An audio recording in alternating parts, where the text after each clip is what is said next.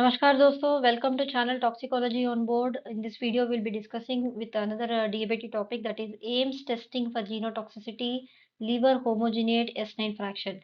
So, in continuation with the battery of genotoxicity topics, no, another question is with respect to AIMS test and the importance of this S9 fraction we'll be reading in this particular video. So let's directly dive into the question. During AIMS testing for genotoxicity, the test compound is usually treated with a homogenate from mammalian liver before addition of the bacteria. What is the basis for the treatment? So we need to know what is the reason for adding this additional S9 S9 or will be there, homogenate will be there. No, that we have to see. So let's see what do we have. We have option number A, that is IARC and FDA regulations specifically require this step, though it can be omitted when using some of the newer assays.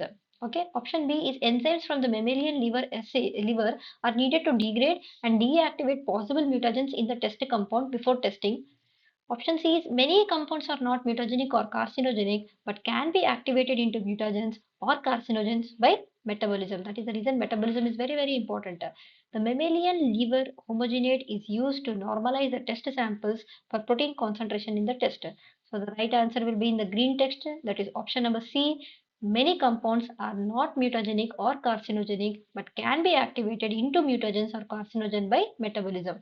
Chemical is there, it is not mutagenic carcinogen, but the action, but because after metabolization, this particular will chemical will become um, mutagenic or carcinogenic. So for that reason, we need to additionally add this liver homogenate. We need to add. So what is the explanation and the reference which is given by the American Board of Toxicology? The liver homogenate, that is S9 fraction, are added to stimulate liver metabolism to consider transformation to the mutagenic metabolites. Okay, so in our body, certain times there are enzymes which metabolize this particular chemical into active chemical. For that reason, in certain assays where metabolism cannot takes place, you have to additionally add this liver enzyme so that the chemical becomes active. It becomes mutagenic. Then we will be able to identify that particular damage. Okay, and S9 fraction, after when you keep the sample in the centrifuge at 9,000 centrifuges per minute or something, SCFU per minute something is there. So 9 denotes here the RPM in the centrifuge what you are using.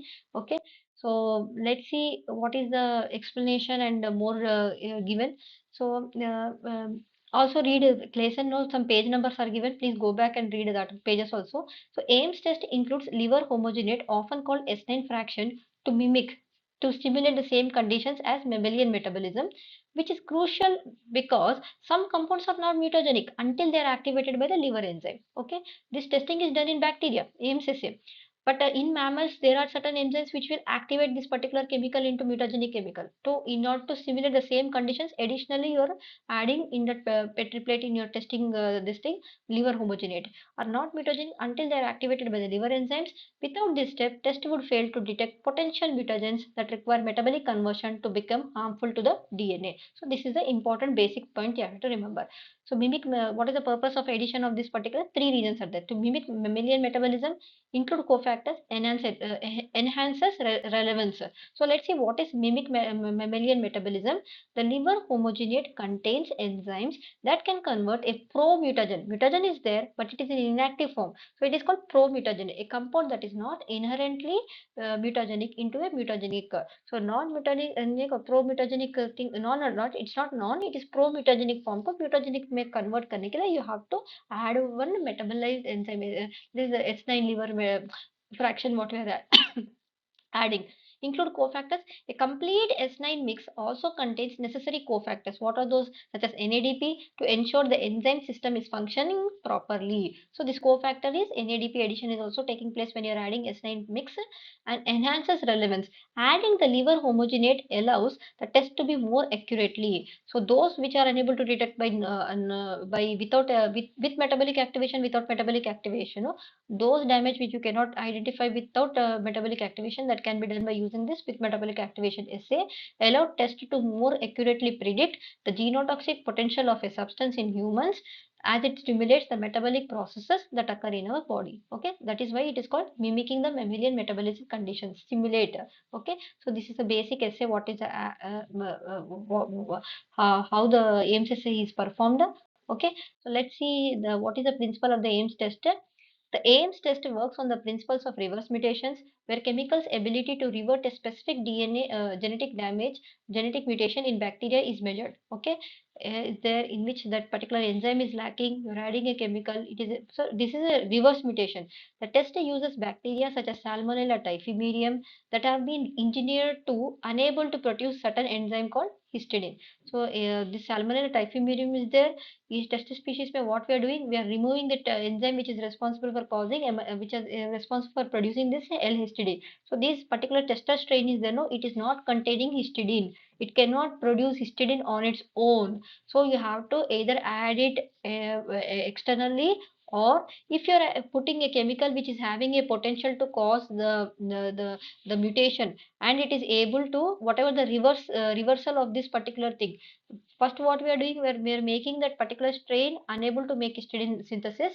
That enzyme has been removed. But if you're adding your testing chemical, what it will do, it will cause reversal of this thing, and because of which it now the cells will able to produce the histidine on its own, and the cell will survive and the colonies will be increased.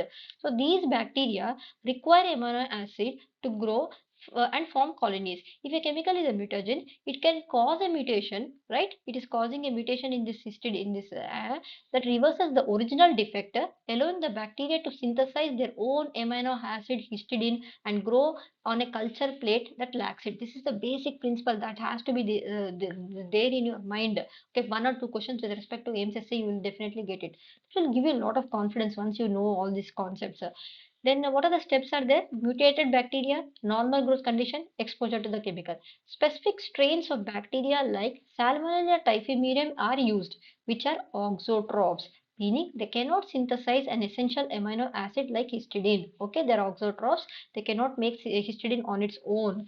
Okay, these bacteria are grown in a culture medium that is deficient in an essential amino acid. There is no histidine in that particular Petri plate. Under these conditions, the bacteria cannot grow and form colonies. But if you're adding another agent, which is chemical which you are testing, if it is able to cause the mutation, now it will be able to produce it. Exposure to the chemical being tested is added to that particular medium, right? Then next step, reverse mutation. Now what is happening? If a chemical is a mutagen, the one which you are adding, no, if it is able to cause mutation, it can cause a second mutation that reverses the original one, allowing the bacteria to produce their own amino acid again. Now the bacteria, after the reverse mutation, it is able to produce histidine on its own, because of which it will able to grow and increase the number of colonies.